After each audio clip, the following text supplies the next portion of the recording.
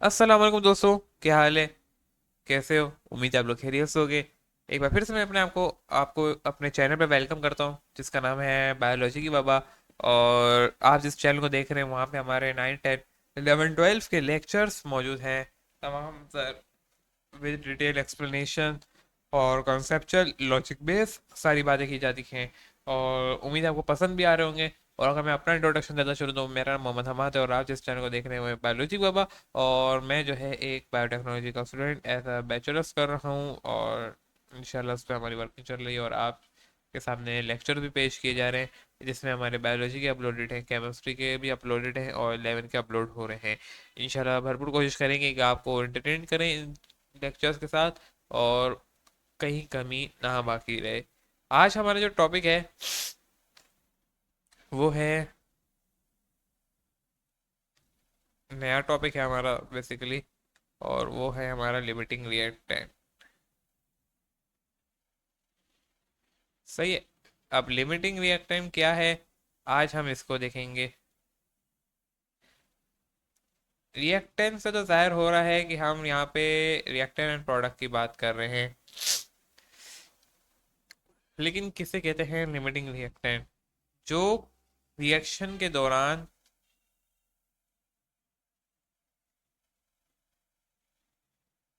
Consume हो जाए।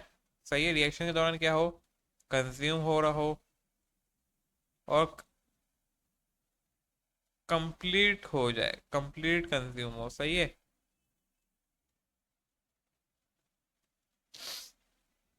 उसकी वजह से जो आपका रिएक्शन क्या हो जाएगा,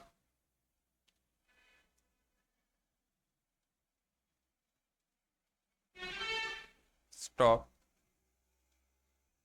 ठीक हो गया बच्चों? एक बात ये मालूम हो गई। लेकिन जो रह जाए, रिएक्शन स्टॉप हो जाने के बाद भी कुछ रिएक्टेंट बाकी रह जाता है। सही है। एंड वो रिएक्शन और वो रिएक्टेंट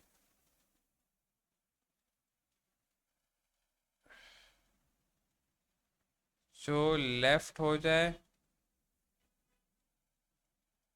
आफ्टर स्टॉप,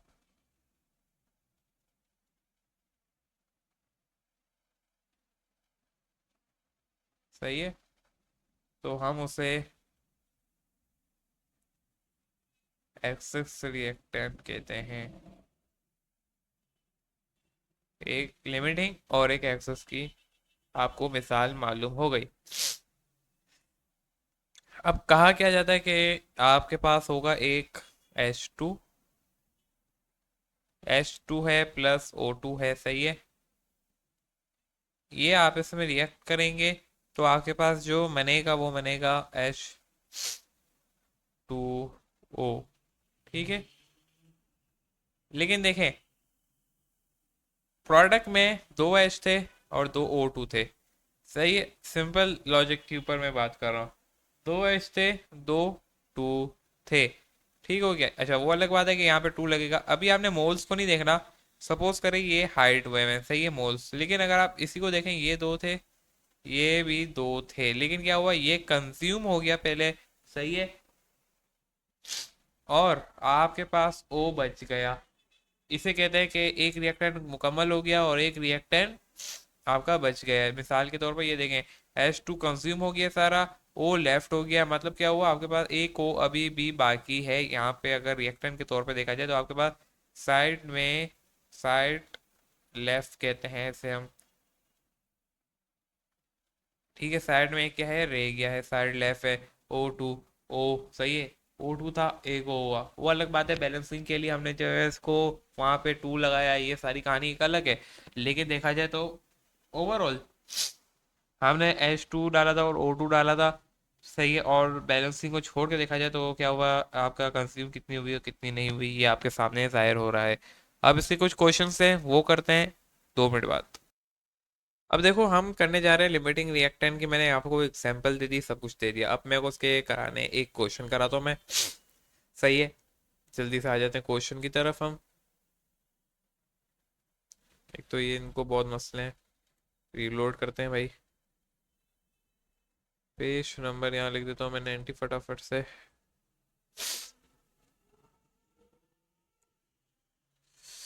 आ गया, चलो हो गया। ठीक है, अब इसे थोड़ा सा नीचे करते हैं। चलो भाई, तंग कर रहा है भाई थोड़ा सा। सही है, ये फिर आ गया भाई। 1 मिनट, बस मुझे 1 मिनट दे दिया जाए, मैं अभी कर रहा हूँ। शिश।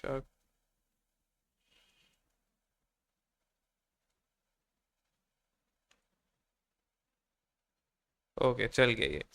अब प्रॉपर हम कर रहे हैं 1.15 क्वेश्चन। और देखें हमें क्या क्या दे दी। कंबशन है, इन ईयर है, ये आपको सवाल दे दिया गया है, इसको छोड़ो, अब यहाँ पे आओ मुद्दे की बात। आपको एक रिएक्शन दे दिया गया है कि ये 2H4 था, 3O2 था, 2CO2 था, 2H2O था। If the mixture content 2.06 light to identify the limiting reactant and the mass of will be formed. Simple है, बहुत ही आसान सवाल है। करना ये है, देखो एक तो आपको दे दिए गए दोनों रिएक्टेंट के मास। हमें कैसे मालूम होगा कि इनमें से कौन सा रिएक्टेंट है और कौन सा जो है क्या बोलते हैं उसे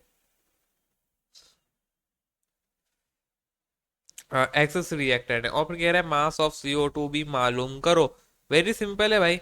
हमें करना यह है कि मेरे पास एक आता है, और यही तरीका आप जो है मास मास रिलेशनशिप, वॉल्यूम वॉल्यूम या मास वॉल्यूम में भी आप अप्लाई कर सकते हैं।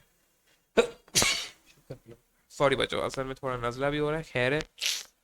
चलते हैं अपने काम की तरफ। हम कर रहे हैं 1.115, सही है। 1.15 था, पता नहीं जो भी था, देख लेना आप। हो गया बच्चों जी, काम हो गया क्लियर बाय।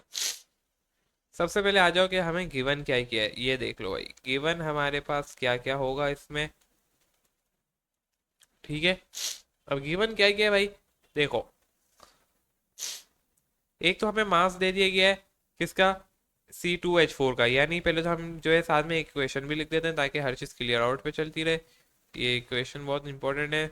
C2H8 था, क्या था यार, 8H4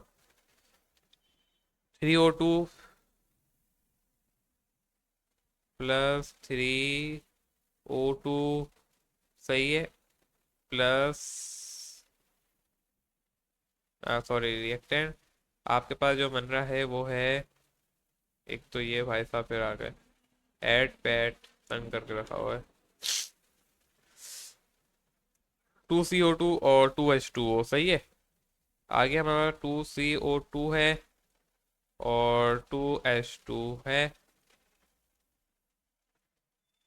अब हमें मास दे दिया गया है, एक तो मास मैं लिख रहा हूँ मास ऑफ, यानी एम से मैं शो कर रहा हूँ, C2H4, ठीक हो गया। अब ये कितना दिया है, फिर दूसरा हमें मास दे दिया है, मास ऑफ O2, सही है। और हमें कहा जा रहा है कि इनमें से बताओ लिमिटिंग रिएक्टेंट कौन है। आपको कह रहे हैं कि हमें लिमिटिंग रिएक्टेंट बताना है, सही है। और साथ में जो है हमें CO2 का मास भी बताना है, ठीक है। MoCO2, ठीक है, वेरी इजी। करना क्या है भाई, पहले तो मैं मास लिख लेता हूँ यहाँ से फटाफट। एक का है 2.4, 2.8 और 6.4, 2.8 और 6.4। अब आपने बुक के स्टेप्स को फॉलो नहीं करना, मेरे स्टेप्स को फॉलो करना है, सही है। आपने ये करना है कि सिंपली आपने क्या करना है भाई, मैं मार्कर चेंज कर लेता हूँ सबसे पहले। आपका जो मेन काम होगा इसमें वो ये है कि आप आ जाओ यहाँ पे, सही है। अब आपके पास मास दे दिए, आप इससे भी और इससे दोनों से CO2 का मास निकाल लो सबसे पहले, ठीक है ना।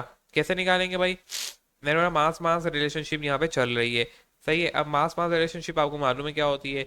अब हमारे पास क्या है कि ये देखो, अब हमारे पास सबसे पहले आ गया मास ऑफ CO2, सही है। यानी कितना दिया है, 2.8 डिवाइड बाय, यहाँ अलग बात है कि वो 3 आए, 3 नहीं, यहाँ पे तो है ही नहीं, सॉरी यहाँ पे तो कुछ भी नहीं है ना, मोल्स नहीं है, ठीक है, सही है। अब कार्बन के होते हैं 12, 12 12 24, 24 और 4 कितने हो गए भाई, 28 हो गया ये। सही है, इसका मॉलिक्यूलर मास कितना हो गया, 28 हो गया। आपने यहाँ पे मॉलिक्यूलर मास रख दिया, यानी given mass is equal to molecular mass is equal, CO2 का चाहिए था टू, अच्छा हमें अब क्या चाहिए, निकालना है। सही है, अब हमें वो तो नहीं दिया हुआ, क्या बोलते हैं, सो क्या बोलते हैं, एक्स हमें निकालना है यानी। सही है, और नीचे हमें कितने मोल्स दे दिए, 2 रखा, और इसका जो होता है आपको मालूम है 44 होता है। ठीक हो गया। अब आपने क्या करना है, फटाफट से सिंपली काम क्या करना है, इसको, इस पूरी वैल्यू को यहाँ पे ले आनी है। सही है, अब हम ये भी कर देते हैं स्टेप्स में, आपको शो कर 2.8 जो है आपके पास 28 multiply by 2 multiply by 44 is equal to x. ये एक्स की वैल्यू आ गई, यानी हमारे पास CO2 और ऑफ CO2 एक्स के आ गया, किसके जरिए आया, C2H4 के जरिए। इसी तरीके से दूसरा भी आपने स्टेप यही करना है। अब आपने 6.4 O2 का लेना है, 6.4 लिया मैंने, डिवाइड करवाया, O2 का आपको मालूम है कितना होता है, 16 होता है। सही है, तो मैंने 3 मोल यानी 3 थे, मल्टीप्लाई बाय 16 किया। ठीक है, वही स्टेप रखे, एक्स रखा, मेरे को CO2 का चाहिए था, 2 मल्टीप्लाई बाय 44 होता है, मुझे मॉलिक्यूलर मास मालूम है। ठीक है, और यहाँ पे आ गया 6.4 multiply by 3 multiply by 16 is equal to x, और 2 मल्टीप्लाई बाय, सॉरी एक गड़बड़ हो गई, आ गया रेसर, रेसर चाहिए था मुझे, इससे मिटाया 1 मिनट के लिए, ड्रॉ पे आए, इसको लिया, multiply by 2 multiply by 44 is equal to x. अब इनमें से इन सबको आपने कैलकुलेट कर लिया, वॉट एवर आंसर आ रहा है, सपोज करें आपकी बुक कह रही है कि, आपकी बुक ने क्या कहा है, मैं यहाँ पे कैलकुलेट नहीं कर रहा, मेरे पास टाइम नहीं है, टाइम लग जाएगा। मैंने आपको लॉजिक बना दी है, कह रही है कि CO2 कंज्यूम इयरली वेयर को टू द कैलकुलेशन CS2, तो आपके पास जो एंड में यहाँ पे लिखा हुआ है कि same number of to produce by O2 less, सही है, therefore O2 the limiting reactant, और वो फिर नहीं है। सही है, सैर हो गया। अब देखे क्या हुआ, ये जो आपका आंसर आएगा यहाँ से जो आंसर आएगा, आपने इसको मैच कर देना है इस वाले के आंसर से, यहाँ से भी जो आंसर आएगा, दोनों एक्स की वैल्यू को मैच करना है। अगर ये एक्स की वैल्यू यहाँ पे ज्यादा आई, आपकी बुक कह रही है कि यहाँ पे ज्यादा एक्स की वैल्यू आएगी और यहाँ पे एक्स की वैल्यू कम आएगी, यानी CO2 की मास जो आपने निकाला है यहाँ पे कम आएगा और यहाँ पे ज्यादा आएगा, तो इससे आपको मालूम हो जाएगा कि लिमिटिंग रिएक्टेंट कौन सा है और एक्सेस रिएक्टेंट कौन सा है। अगर यहाँ पे एक्स की वैल्यू ज्यादा आ रही है तो ये आपका एक्सेस रिएक्टेंट है।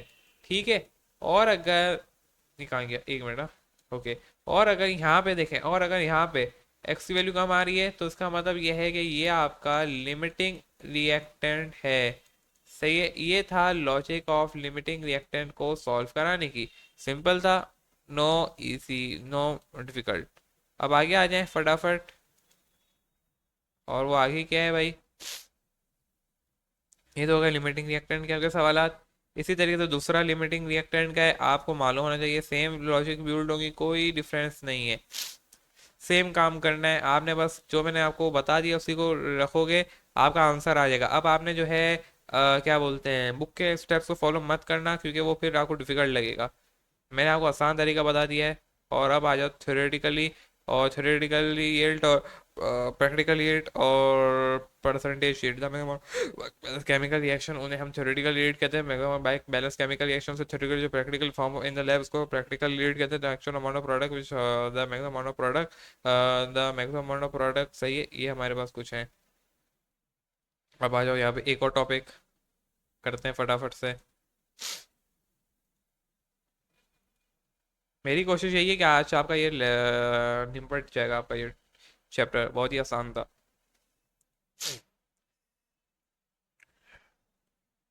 अब हम पढ़ने जा रहे हैं एक नया थ्योरेटिकल ईट, TH थ्योरेटिकल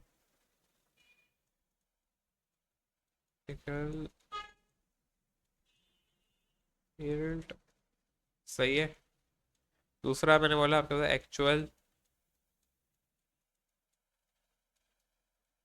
यील्ड है। साथ में आपके पास है एक्चुअली यानी परसेंटेज यील्ड।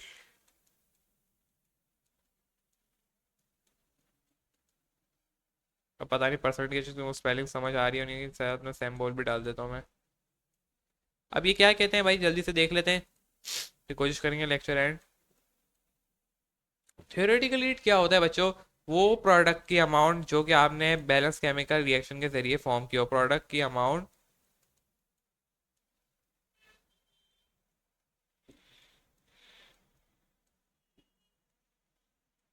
जो आपने कहाँ फॉर्म की भी हो, बैलेंस केमिकल इक्वेशन के जरिए। सही है।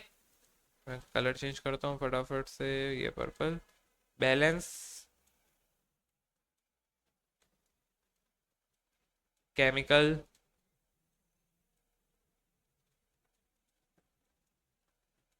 रिएक्शन। दूसरी होती है आपके पास एक्चुअल हीट। एक्चुअल हीट क्या होती कहती है भाई? एक्चुअल हीट कहती है कि आपके पास एक है एक्चुअल हीट। एक्चुअल हीट का कहना ये होता है कि आपने जो है प्रोडक्ट की अमाउंट फॉर्म की है, ठीक है।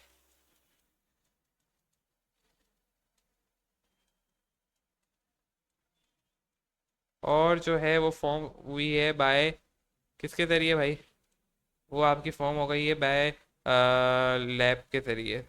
ओके चलो, खैर हो गई, लैब के जरिए। सही है।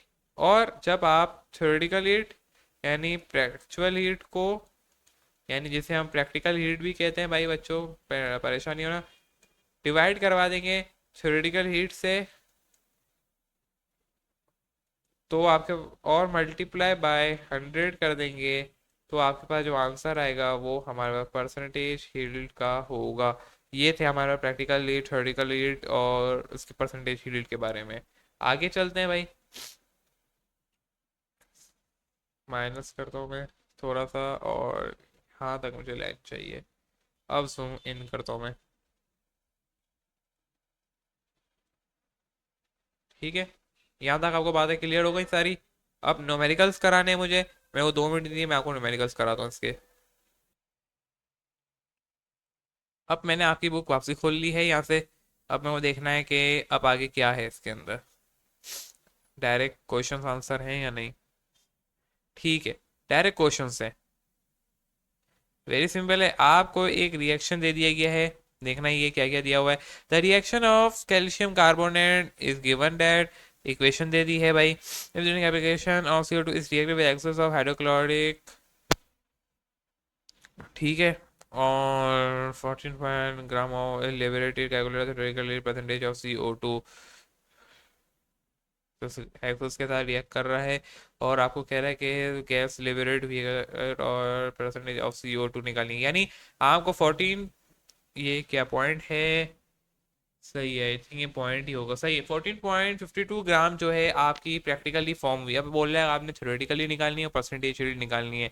सही है, थ्योरेटिकल हील्ड निकालना है और जो है आपने परसेंटेज हील्ड निकालनी है। अब कैसे निकलेगी? यानी हमें सबसे पहले थ्योरेटिकली हील्ड निकालनी होगी। सही है, आपने जो है प्रैक्टिकल हीट यानी एक्चुअल हीट को साइड पे रख देना है। आपको 50 ग्राम दे दिया CO3 का, आपने उसका मॉलिक्यूलर मास से डिवाइड करा देना है CaCO3 का। सही है, जो कि 100 होता है, और उसको मल्टीप्लाई करवा देना है आपने CO2 के मॉलिक्यूलर मास से। इस तरीके से आपका आ जाएगा। मिसाल के तौर पे अब मेरे को यहाँ से फटाफट रिएक्शन लिखना होगा सबसे पहले। कहाँ गया मार्कर? आपको देता है, कहता है कि अगर CaCO3 है, ठीक है। और आगे क्या कह रहा है भाई?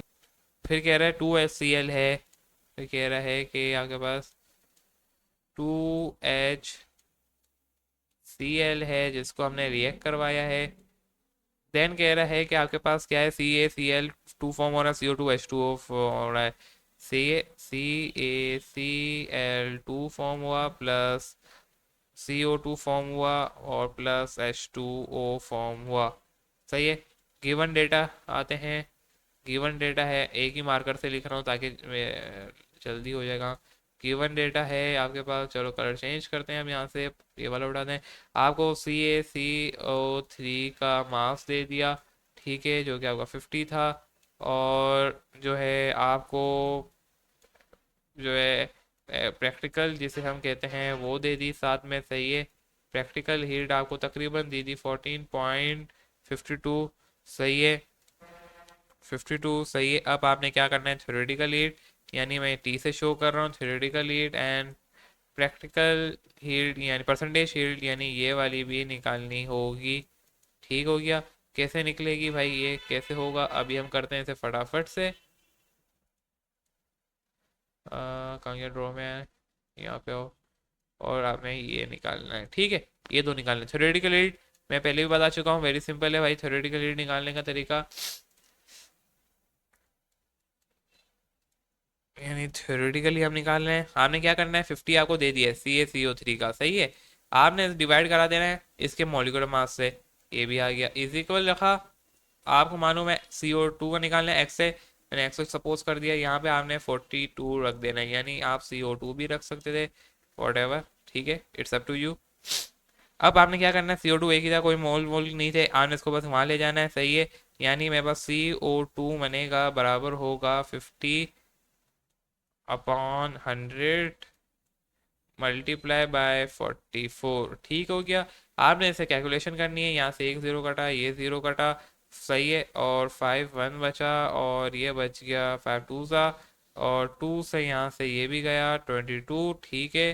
कैलकुलेशन थी मैंने कर दी है यहीं पे, 22 आपका आंसर आएगा, ठीक है। थ्योरेटिकल रेट आपकी कितनी हुई, 22 हुई, सही है। अब आपने क्या करना है, फार्मूला पुट करना है, यानी आपका आंसर आ गया CO2 का 22, वेरी सिंपल, सही है। अब आगे आ जाओ, यहाँ पे आओ, अब क्या कह रहा है कि परसेंटेज शील्ड निकाल दो, आपका ये निकल गया। अब परसेंटेज शील्ड पे आते हैं फटाफट से, और इसको एंड करते हैं।